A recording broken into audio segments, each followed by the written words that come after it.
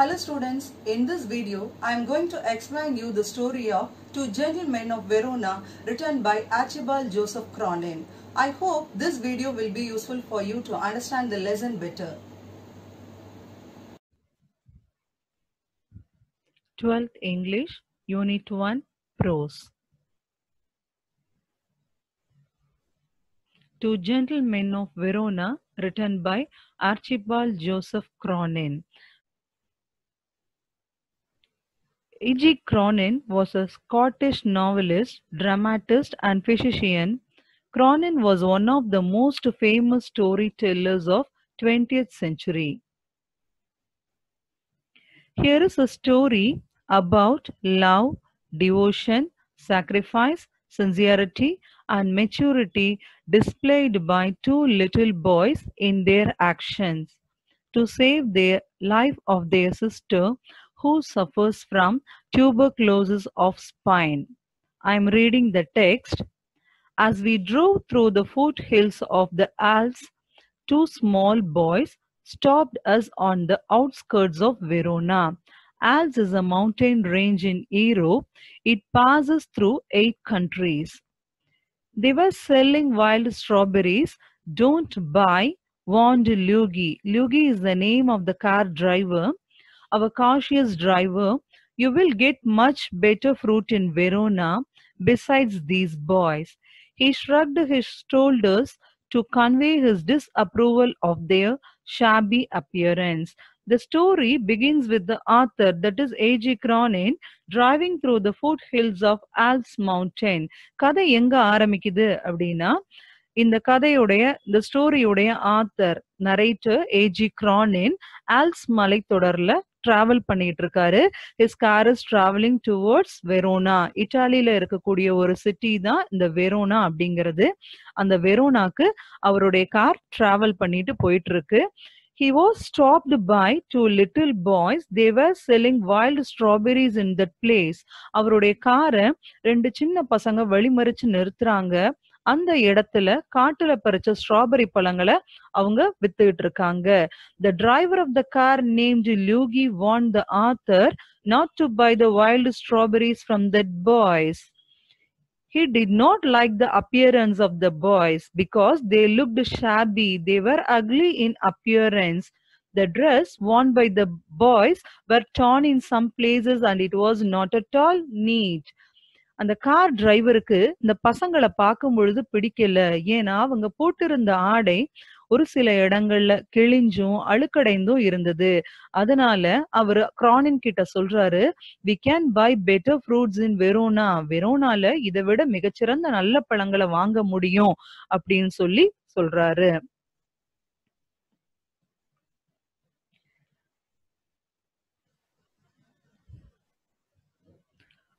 One boy had on a worn jersey and cut-off khaki pants.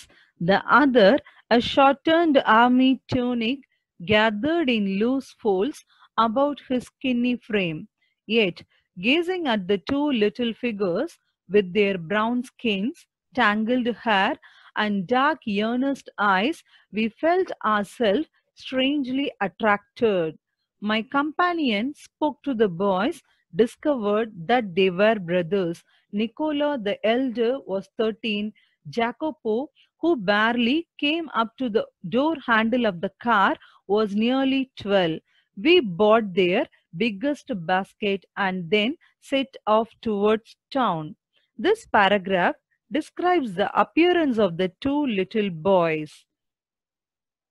Looking at the tan skin and eyes and hair, unknowingly the narrator got attracted towards the boys. கிரானினுக்கு அந்த பசங்களை பார்த்தோன்னே ரொம்ப பிடிச்சிருது. அவங்களுடைய skin tone, அவங்களுடைய சுருண்ட தலைமுடி, அவங்களுடைய ஆர்வ மிகுந்த கண்கள், இதெல்லாம் பார்க்கும் பொழுது அவருடைய மனசு அவங்க பக்கத்துல ஈர்க்கப்படுது. The authors observed seriousness in the look of the boys. அந்த பசங்க கண்கள்ல விக்கணுங்கிற ஆர்வத்தை அவரால பார்க்க முடிந்தது. அவருடைய companion, that is the car driver, he spoke to the boys and discovered that they were brothers named Nicola and Jacopo of age 12 and 13 respectively. இந்த லூகிங்கிற இந்த கார் டிரைவர் அந்த பசங்க கிட்ட பேச்சு கொடுக்கறாரு. அப்படி பேசும் பொழுது அவங்க 2 பேரும் சகோதரர்கள்னு தெரிய வருது. அவங்களுடைய வயசு 13 மற்றும் 12. The author bought a big basket of wild strawberries and they started their travel towards Verona. அந்த பசங்க கிட்ட இருந்து பெரிய பழக்கூடைகளை வாங்கிக்கிட்டு அவங்களுடைய கார் வெரோனாவை நோக்கி பயணப்படுது. Next morning, coming out of our hotel, we saw our friends bend over shoe shine boxes beside the fountain in the public square. Public square is the center place of the city. Doing brisk business, we watched for a few moments, then as trade slackened, we went over. They greeted us with friendly faces. Next morning, the author came out of his room. அடுத்த நாள் காலையில கிரானின் அவர் தங்கி இருந்த விடுதி அறையை விட்டு வெளியில வராரு. There he saw the boys near the public square. அங்க அவருக்கு ஒரு காட்சியை பார்க்கறாரு. அந்த பப்ளிக் ஸ்கொயருக்கு கீழே அந்த பசங்க உட்கார்ந்து ஷூ ஷைன் பண்ணிக்கிட்டு இருந்தாங்க. பப்ளிக் ஸ்கொயர் அப்படிங்கிறது அந்த நகரத்துல இருக்கக்கூடிய ஒரு முக்கியமான place. These boys briskly doing the shoe shining for the people. ரொம்ப பரபரப்பாவும் ரொம்ப சுறுசுறுப்பாவும் பொதுமக்களுக்கு அவங்களுடைய ஷூ எல்லாம் பாலிஷ் பண்ணி கொடுத்துக்கிட்டு இருந்தாங்க. The author observed for a few minutes, then went near the boys. The boys showed a greeting smile, as they already knew him in the Alps mountain. இந்த காட்சியை கொஞ்ச நேரம் பார்த்த ஆத்தர் அந்த பசங்க கிட்ட நெருங்கி போகிறாரு. ஆல்ரெடி அவங்கள முந்தின நாள் ஆல்ப்ஸ் மலையில சந்திச்சிருந்ததுனால அவங்கள பார்த்தோன்னே அந்த பசங்க ஸ்மைல் பண்றாங்க.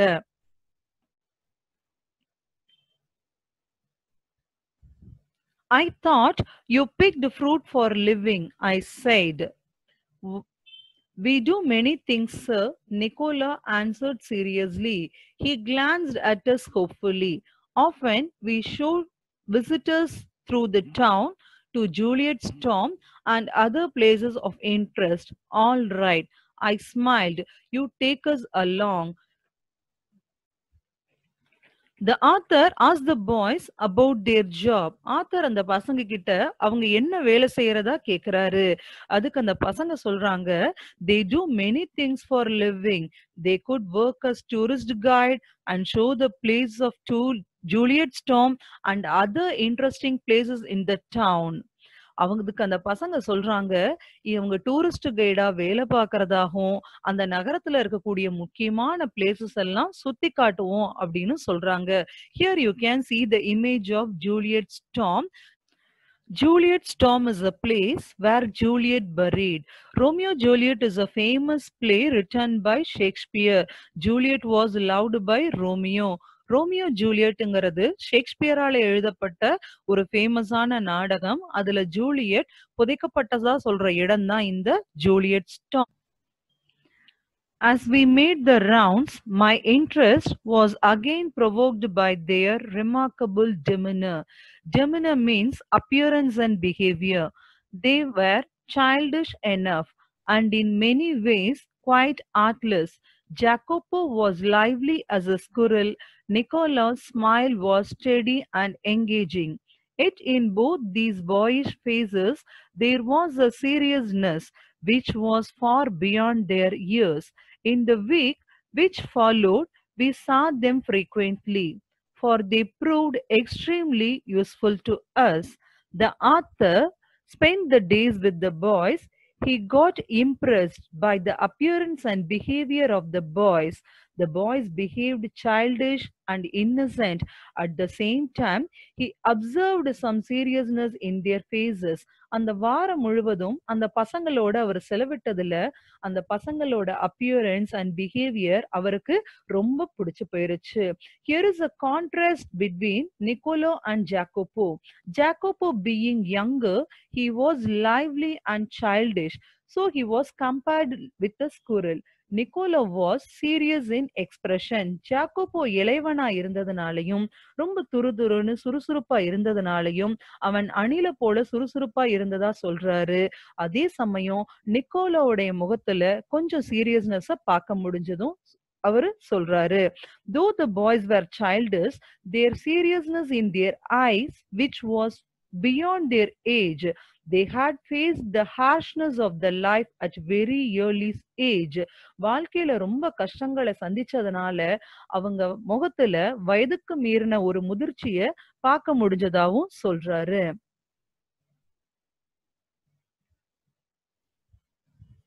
If we wanted a pack of American cigarettes or seats for opera or the name of good restaurant, Niccolo and Jacopo could be relied upon to satisfy our needs. What struck one most was their willingness to work. During the summer days, under the hot sun, they shined shoes, sold fruit, hawked newspaper, conducted tourists round the town, and ran errands. During the stay of Cronin in the town, the boys were very useful for them. கிரானின் அங்க தங்கி இருந்த பொழுது இந்த பசங்க அவருக்கு ரொம்ப உபயோகமா இருந்தாங்க. They bought American cigarettes, seats for opera, and suggested the name of good restaurant. எந்த மாதிரி எல்லாம் அவருக்கு உதவிய செஞ்சாங்க அப்படின்னா, ஒரு சிகரெட் அவருக்கு தேவைப்படுதா இருந்தாலும், தியேட்டர்ல ஒரு டிக்கெட் கிடைக்கிறதா இருந்தாலும், இல்ல ஒரு நல்ல ரெஸ்டாரண்ட்ட சஜஷன் குடுக்கறதா இருந்தாலும், எல்லா விதத்திலையும் இந்த பசங்க அவருக்கு உதவியா இருந்தாங்க. Being new person to the city, the author's needs were fulfilled by the two boys.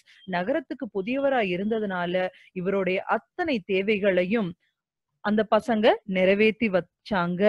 They polished shoes, sold fruit, sold newspaper, and ran for errands. Errands means taking things from one place to another.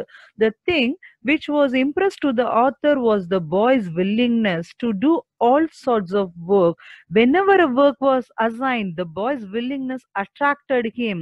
அந்த நகரத்துல அவருக்கு சுத்தி காட்டுற நேரம் போக மிஞ்சின நேரங்கள்ல shoe polish பண்ணாங்க, பழங்களை வித்தாங்க, செய்தித்தாள் போட்டாங்க, அண்ட் ஒரு பொருளை இங்கேயும் அங்கேயும் தூக்கி பலவேறு விதமான வேலைகளையும் அவங்க செஞ்சாங்க. ஒரு விஷயம் இவங்க கிட்ட ரொம்ப பிடிச்சது என்ன அப்படின்னா, அந்த பாய்ஸோடைய வில்லிங்னஸ். ஒரு வேலையை அவங்களுக்கு அசைன் பண்ணும் பொழுது அதுல செய்யறதுக்கு அவங்க எடுத்துக்கிற அந்த ஆர்வம், அவங்க செஞ்சு முடிக்கும் விதம் ஆத்தருக்கு ரொம்ப அட்ராக்டிவா இருந்தது. One night we came upon them in the windy and deserted square, resting on the stone pavement beneath the lights. Niccolo sat upright, tired. A bundle of unsold newspaper lay at his feet. Jacopo, his head resting upon his brother's shoulder, was asleep. It was nearly midnight. One late night, the author saw the boys near the deserted square. Deserted means the place was without any people. ஒரு நாள் பின்னிரவு நேரத்துல author அந்த square கிட்ட அந்த பசங்களை பாக்குறாரு. அங்க யாருமே இல்ல. The boys were resting tired. ரொம்ப களைப்பா அந்த இடத்துல அவங்க உட்கார்ந்து இருந்தாங்க. Near them, bundle of newspapers kept unsold. அவங்க பக்கத்துல விற்கப்படாத செய்தித்தாள் கட்டுகள் நிறைய இருந்தது. It was almost midnight and Jacopo was sleeping on his brother's shoulders. ரொம்ப பின்னிரவு நேரமா இருந்தது. ஜாக்கோப்போ அவனுடைய அண்ணன் தோள்ல சாஞ்சு தூங்கிக்கிட்டு இருந்தான். Why are you so late, Nicola? Waiting for the last bus from Padua. We shall sell all our papers when it comes in. Must you work so hard? You both look rather tired. Cronin asked Niccolo why they were waiting in that late night. Niccolo said that they were waiting for the last bus from Padua and they wanted to sell the unsold papers. Cronin கேக்குறாரு நிக்கோலோட்ட, அந்த late நைட்ல ஏன் அவங்க அந்த இடத்துல காத்திருக்காங்க அப்படின்னு. Nicolas சொல்றான், படுவால இருந்து கடைசி பஸ் வந்துரும். அது வந்த பிறகு அவங்க கிட்ட விக்காம இருக்கிற பேப்பர்ஸ் எல்லாம் சேல் பண்ணி முடிச்சுறதாவும் சொல்றாங்க. On hearing this, the author felt worried for them and asked what made them to work hard like this. அத கேட்ட உடனேயும் அவருக்கு ரொம்ப வருத்தமாயிருது. இவ்வளவு கடினமா ஏன் அவங்க உழைக்கணும்னு நினைக்கிறாரு. But the boys did not want to disclose their real condition. They just said, "We are not complaining, sir." அத கேட்டோன்னையும் அந்த பாய்ஸ் எதுவும் சொல்லல. தங்களுடைய எந்த கஷ்டத்தையும் அவர்கிட்ட அவங்க சொல்லவும் விருப்பப்படல. நாங்க உங்ககிட்ட எந்த கம்ப்ளைண்டும் பண்ணலையே சார் அப்படின்னு சொல்றாங்க. But next morning, when I went over the fountain to have my shoes shined, I said, Nicola, the way you and Jacopo work, you must earn quite a bit. You spend nothing on clothes. You eat little enough. When I see you, you have a meal. It is usually black bread and figs. Tell me, what do you do with your money? The next morning, Arthur went to the boy's place to shine his shoes. தன்னுடைய shoe polish பண்றதுக்காக next நாள் கிரானின் அந்த பசங்களோட இடத்துக்கு போறாரு. There he told them what they were earning is enough for them to live. அவர் சொல்றாரு, அந்த பசங்க சம்பாதிக்கிற பணம் அவங்களுக்கு தாராளமா போதுமானதாக இருந்தது. But they seem to spend nothing on clothes or for good meal. ஆனா அந்த பசங்க நல்ல ஒரு உடைகள் வாங்குறதுக்காகவோ நல்ல உணவு சாப்பிடறதுக்காகவோ பணம் செலவிடுற மாதிரி தெரியல. They were eating black bread and figs as their food. What do you do with your money? The author questioned. அந்த பசங்க சாப்பிடுறது பெரும்பாலும் கருப்பு ரொட்டி மற்றும் அத்திப்பழங்கள். சம்பாதிக்கிற பணத்தை எல்லாம் வச்சு என்னதான் செய்றீங்க அப்படின்னு விசாரிக்கிறாரு. Here you can see the images of black bread and figs. The boys did not disclose anything. அந்த பசங்க எதையுமே சொல்லல. He colored deeply under his sunburn and then grew pale. He looked to the ground. Without saying anything, they looked down. ஒண்ணுமே சொல்லாம தலை குனிஞ்சுக்கிறாங்க. You must be saving up to emigrate to America, I suggested. He looked at me sideways, spoke with an effort. We should greatly like to go to the States, but here at present we have other plans. Arthur came to a decision that they were saving money to settle in America. Author நினைச்சுக்கிறாரு அந்த பசங்க America போகிறதுக்காக பணம் சேமிச்சுக்கிட்டு இருக்கிறதா. The boys said that they wish to settle in America, but at present they had some other plans. அதுக்கு அவங்க சொல்றாங்க அமெரிக்கால போய் செட்டில் ஆகணும்னு ஆசைதான். ஆனா தற்போது அவங்களுக்கு வேறு சில திட்டங்கள் இருக்கிறதாவும் சொல்றாங்க. Here we come to know that the boys had some other plans for their money. இப்படி சொல்லும் பொழுது நமக்கு தெரியுது இந்த பசங்களுக்கு வேற ஏதோ திட்டம் அவங்களுடைய மனசுல இருக்கு அப்படின்னு. What plans? He smiled uncomfortably. Just plans, sir, he answered in a low voice. The author enthusiastically wants to know the plan of the boys, but they smiled uncomfortably without disclosing their plans. இந்த பசங்களுடைய திட்டம் என்னவா இருக்கும்னு தெரிஞ்சுக்க ரொம்ப ஆர்வத்தோட கேக்குறாரு. ஆனா அதுக்கு அந்த பசங்க சிரிச்சுட்டே மழுப்பிடுறாங்க. Well, I said, we are leaving on Monday. Is there anything I can do for you before we go? Nicolo shook his head, but suddenly Jacopo said, Sir, he burst out, every Sunday we make a visit to the country to Polita, 30 kilometers from here. Usually we hire bicycles, but tomorrow, since you are so kind, you might send us in your car. The author said that he was leaving the city on Monday and asked whether he could do anything before he leave that place. Author கேக்குறாரு அந்த பசங்க கிட்ட Monday அவர் Verona விட்டு போறதாவும் போறதுக்கு முன்னாடி அந்த பசங்களுக்கு ஏதாவது உதவி தேவைப்பட்டா அவர் செய்யறதுக்கு தயாரா இருக்கிறதாகவும் சொல்றாரு.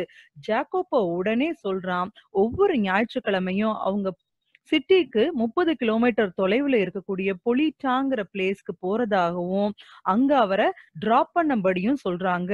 பொதுவா அந்த இடத்துக்கு அவங்க வாடகை சைக்கிளை எடுத்துட்டு தான் போவாங்க. ஆத்தர் ரொம்ப அன்பானவரா இருக்கிறதுனால எப்படியும் அவர் அந்த இடத்துல டிராப் பண்ணிருவாரு அப்படின்னு உடனே ஜாக்கோப்போ கேட்டுட்டான். I had already told Luigi he might have the Sunday off. However, I answered, I will drive you out of myself. There was a pause. Niccolo was glaring at his younger brother in vexation. We could not think of troubling you, sir. It won't be any trouble. Usually, Sundays are leave for Luigi, the car driver, but the author accepted to drop them in his car. பொதுவா ஒவ்வொரு ஞாயிற்றுக்கிழமையும் லூகிக்கு leave இருந்தாலும் கிரானின் தானே drive பண்ணிட்டு அந்த பசங்களை கொண்டு போய் அங்க டிராப் பண்ணலான்னு அக்செப்ட் பண்ணிக்கிறாரு. Nicola was not comfortable with Jacopo's request. He was afraid of troubling him, so he felt worried. திடீர்னு ஜாக்கோபோ இப்படி கேட்டதுல நிக்கோலாவுக்கு ரொம்ப தர்ம சங்கடமா போயிருச்சு.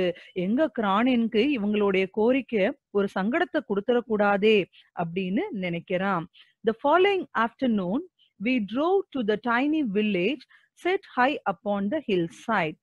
I imagined that our destinations would be some humble dwellings, but directed by Jacopo, we drew up at a large red-roofed villa surrounded by a high stone wall. I could scarcely believe my eyes, and before I could recover breath, my two passengers had leaped from the car. Next day, they drove to a small village upon the hillside in the author's car. மறுநாள் கார்ல மலைப்பிரதேசத்துக்கு பிரயாணம் போறாங்க. The author thought that the place would be a small house. இந்த பசங்க போற அந்த இடம் ஏதோ ஒரு சாதாரணமான இடம் இல்ல வீடா இருக்கும்னு நினைக்கிறாரு. On reaching the place, Jacopo showed the way which lead to a red-roofed villa surrounded by a stone wall. அந்த இடத்துக்கு போனனையும் ஜாக்கோப்போ வழி காட்டுறான். அவன் காட்டின வழியில சிகப்பு கூரை பதிக்கப்பட்ட ஒரு வில்லா இருந்தது. Here you can see the image of red roof villa surrounded by a stone wall. We shall not be long, sir, perhaps only an hour. Maybe would you like to go to the cave in the village for a drink? They disappeared beyond the corner of the wall. After a few minutes, I followed. I found a grill gate side entrance. Determinedly rang the bell. The author was surprised to see the large villa where the boys get down. ஆத்தருக்கு இவ்வளோ பெரிய ஒரு வில்லால இந்த பசங்க இறங்குனது பெரிய ஆச்சரியத்தை கொடுத்தது. The boys told that they would return in an hour. அந்த பசங்க சொல்றாங்க ஒரு மணி நேரத்துல திரும்பி வந்துடுறதாவும் and suggested the author to have a drink in the village till they return. அவங்க திரும்பி வரும் வர பக்கத்துல இருக்கக்கூடிய வில்லேஜ்ல கொஞ்ச நேரம் ஏதாவது ஒரு ட்ரிங்க் சாப்பிட்டுட்டு இருக்கும்படியும் ஒரு சஜஷனை கொடுக்கறாங்க. Then the boys entered the red roof villa. அந்த வீட்டுக்குள்ள உள்ள நுழையறாங்க. After few minutes, the author was curious to know about the boys, so he followed the boys and rang the calling bell. கொஞ்ச நேரம் பொறுத்திருந்து பார்த்த ஆத்தருக்கு ரொம்ப ஆர்வ மிகுதியில அந்த பசங்களை ஃபாலோ பண்ணி பின்தொடர்றாரு. அந்த ரெட் ரூஃப்டு வில்லா உடைய காலிங் பெல்ல அழுத்துறாரு. A pleasant looking woman with steel-rimmed spectacles appeared. I blinked as I saw that she was dressed in the white uniform of a trained nurse. I just brought two small boys here. Ah, yes, her face lit up. She opened the door to admit me, Niccolo and Jacopo. I will take you up. A nurse dressed in white uniform, looking good and wearing specs came out. Our calling bell அடிச்ச அந்த வீட்ல இருந்து வெள்ளை உடை போட்ட ஒரு nurse கண்ணாடி போட்டிருக்காங்க. அவங்க வந்து டோரை ஓபன் பண்றாங்க. The author asked for the boys whom he dropped there. கிரானின் கேக்குறாரு அவர் இறக்கி விட்ட அந்த பசங்களை பத்தி. The nurse took him inside. அந்த நர்ஸ் அவரை உள்ள அழைச்சிட்டு போறாங்க. She led me through a cool, tiled vestibule into the hospital. Vestibule means lobby. For the hospital, the villa had become. At the door of a little cubicle, the nurse paused. She put her finger to her lips and with a smile bade me look through the glass partition. The nurse took me inside. ஆத்தரை அந்த nurse உள்ள கூட்டிட்டு போறாங்க. He followed the nurse and the villa was a hospital. அவர் உள்ள போகும்பொழுதுதான் தெரியுது அது ஒரு மருத்துவமனை அப்படின்னு. The nurse stopped before a room and asked the author to be silent and showed the boys. அந்த நர்ஸ் ஒரு ரூமுக்கு முன்னாடி நின்னு அந்த பசங்க இருக்கக்கூடிய டைரக்ஷனை காட்டுறாங்க. அவர் அந்த இடத்துல அமைதி காக்கும்படியும் கேக்குறாங்க. The two boys were seated at the bedside of a girl of about 20 who, propped up on pillows, wearing a pretty lace jacket, was listening to their chatter. Her eyes soft and tender, one could see at a glance her resemblance to her brother's. A vase of wild flowers stood on her table beside a dish of fruit and several books. There the author saw the two boys in a room sitting at the bedside of a girl. Author அங்க காட்சி ஒன்ன பாக்குறாரு. அந்த room கிட்ட அந்த பசங்க உட்கார்ந்திருக்காங்க. அங்க ஒரு பெட்ல ஒரு பொண்ணு படுத்திருக்கா. She was about 20 years old. அந்த பொண்ணுக்கு ஒரு 20 வயசு இருக்கும். The girl was none other than the boy's sister named Lucia.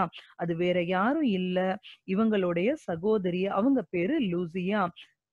She was listening to the speech of her brother. அந்த சகோதரர்களுடைய பேச்ச ரொம்ப ஆர்வமா அந்த பொண்ணு கேட்டுட்டு இருக்கா. She looked soft. பார்க்கிறதுக்கு ரொம்ப பலகீனமாவும் மென்மையானவளாவும் தெரிஞ்சா. Here you can see the image of Lucia in hospital. Lucia மருத்துவமனையில இருக்க காட்சிய நீங்க இப்ப பார்க்கலாம். Won't you go in? The nurse murmured. Lucia will be pleased to see you. I shook my head and turned away.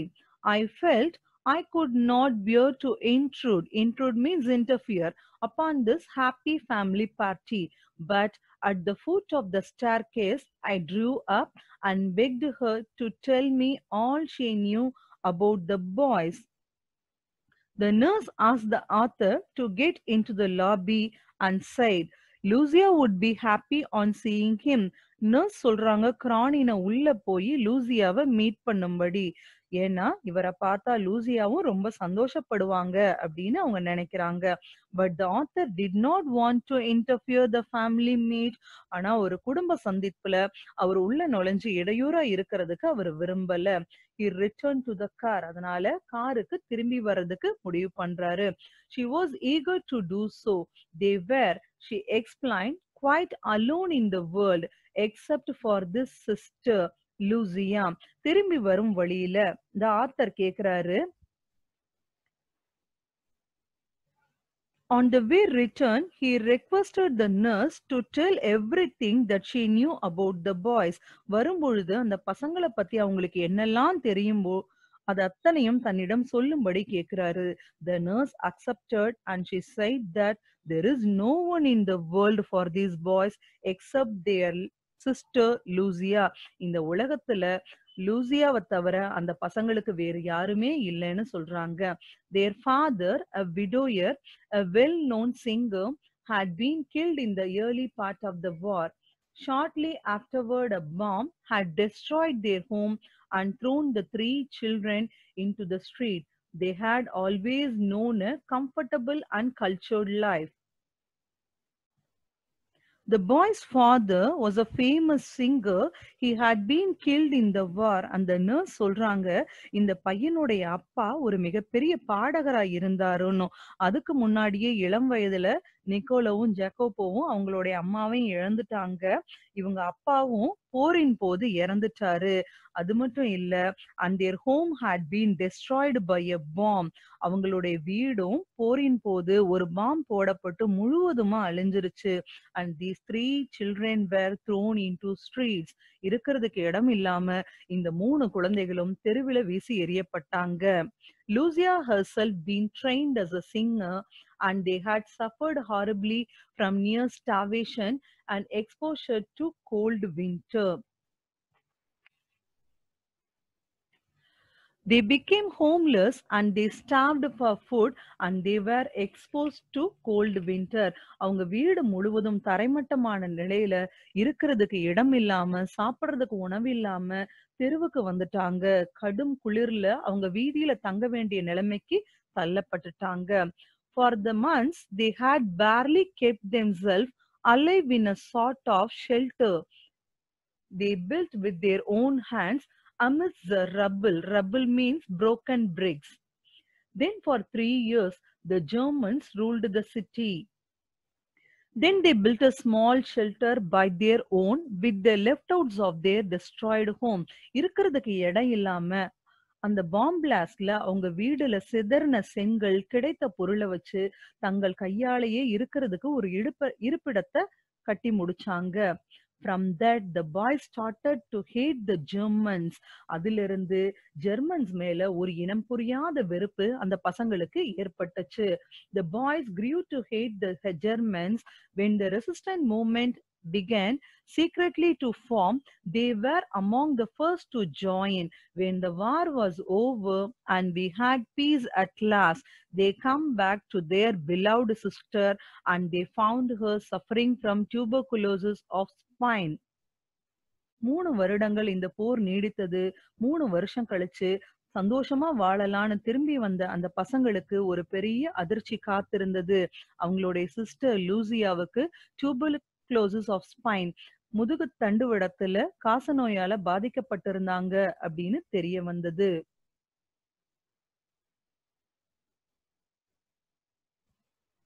First took a quick breath. Did they give up? I do not have to answer that question. They brought her here, persuaded us to take her into the hospital. In the 12 months, she has been our patient. She has made good progress. There is every hope that one day she will walk and sing again. The boys did not give up. இந்த இவ்வளவு கஷ்டத்திலையும் அந்த பசங்க கொஞ்சம் கூட மனம் தளரல. They brought her to the hospital and compelled to admit her. ஹாஸ்பிட்டலுக்கு லூசியாவை கூட்டிட்டு வந்து அங்க கம்பல் பண்ணி அவளை அட்மிட் பண்ணாங்க. For the past 12 months she was under treatment and now she is improving and one day she would walk and sing again, said the nurse. அந்த 12 மாசமா அந்த ஹாஸ்பிட்டல்ல ட்ரீட்மெண்ட் எடுத்துக்கிட்டு இருக்கிறதாவும் அண்ட் இப்போ அவளுடைய கண்டிஷன் ரொம்பவே முன்னேற்றம் ஏற்பட்டிருக்கிறதாவும் சீக்கிரம் அவளால நல்லா நடக்க முடியும், மறுபடியும் ஒரு நல்ல பாடகியா அவளால ஆக முடியும் அப்படின்னு நர்ஸ் சொல்றாங்க. Of course, everything is so difficult now. Food so scarce and dear. We could not keep going unless we charged a fee. But every week, Lucia's brothers have made their payment. She added simply, I don't know what they do. I do not ask. Work is scarce in Verona. But whatever it is, I know they do it very well. The nurse said that in hospital everything was charged. Nurse சொல்றாங்க அந்த ஹாஸ்பிட்டல்ல எல்லாமே பணம் கட்டி தான் treatment கொடுக்கணும், எந்த விதமான ட்ரீட்மெண்ட்டும் ஃப்ரீயா கொடுக்கப்படல. ஒவ்வொரு வாரமும் the boys have made the hospital charges. இது வரைக்கும் எந்த ஹாஸ்பிட்டல் பில்லையும் அவங்க பாக்கி வைக்காம கட்டியிருக்காங்க. And she said that in the city she added that she did not know how they earn in this city, as getting a job was very hard thing in Verona. அது மட்டும் இல்ல, வெரோனால வேலை கிடைக்கிறது அவ்வளவு சுலபமான விஷயம் கிடையாது. எப்படி வேலை செய்யறாங்க, என்ன சம்பாதிக்கிறாங்கலாம் தனக்கு தெரியாது அப்படின்னு அந்த சிஸ்டர் சொல்றாங்க. Still they have paid all the hospital charges. இருந்த போதும் இது வரைக்கும் அவங்க ஒரு பில்ல கூட பாக்கி வைக்காம பே பண்ணிருக்காங்க. Yes, I agree. They couldn't do it better. I waited outside until the boys rejoined me and then drove them back to the city. They sat beside me, not speaking. From my part, I did not say a word. I knew they would prefer to feel that they had safely kept their secret, yet their devotion had touched me deeply. The author waited outside for the boys' return. வெளியே வந்த author பசங்க திரும்பி வர்றதுக்காக காத்திருக்காரு. Then he took them to the city and dropped them in their place. மறுபடியும் அவங்கள கார்லயே அழைச்சிட்டு கொண்டு வந்து வெரோனால டிராப் பண்ணிடுறாரு. The boys did not speak anything. The author also did not speak with them. வரும் வழியில அந்த பசங்க கிரானின் கிட்ட எதுவுமே பேசல, கிரானினும் அந்த பசங்க கிட்ட எதுவுமே பேசல. He knew very well the boys would maintain their secret. அவருக்கு ரொம்ப நல்லாவே தெரியும் இந்த பசங்க தங்களுடைய கஷ்டத்தை மனசுக்குள்ளே வச்சுப்பாங்க, சொல்ல மாட்டாங்க அப்படின்னு எதிர்பார்த்தாரு. அதே போல அந்த பசங்களும் ஒரு வார்த்தை கூட சொல்லல. They did not expect anyone's charity or sympathy. யாருடைய இரக்கமோ உதவியோ அந்த பசங்க எதிர்பார்க்கலங்கிறது ஆத்தருக்கு நல்லாவே புரிஞ்சுச்சு. Still the boy's devotion touched the author's heart. இந்த மாதிரி ஒரு அர்ப்பணிப்பு உணர்வோடு அந்த பசங்க செய்யற இந்த வேலை அவரோட மனச ரொம்பவே தொட்டுருச்சு. War had broken the spirit. Their selfless action brought a new nobility to human life, gave promise of a greater hope for human society. War had broken everything but not the spirit of these boys. போர் அத்தனையும் முறியடிச்சிருக்கலாம். அவங்களுடைய வீடு, அவங்களுடைய தகப்பன் அத்தனையும் அவங்க இழந்திருந்தா கூட அவங்க மன உறுதிய இந்த போரினால சிதைக்க முடியல. The boys' selfless action gives our society hope for a better tomorrow. இந்த பசங்களுடைய தன்னலமற்ற இந்த தியாகம், இந்த சேவை, இந்த உணர்வானது நல்ல ஒரு பெட்டர் ஃபியூச்சருக்கு நம்பிக்கை தரும் விதமா இருக்கு அப்படின்னு சொல்றாரு AG கிரானின். I hope you got the lesson now. Thank you, students.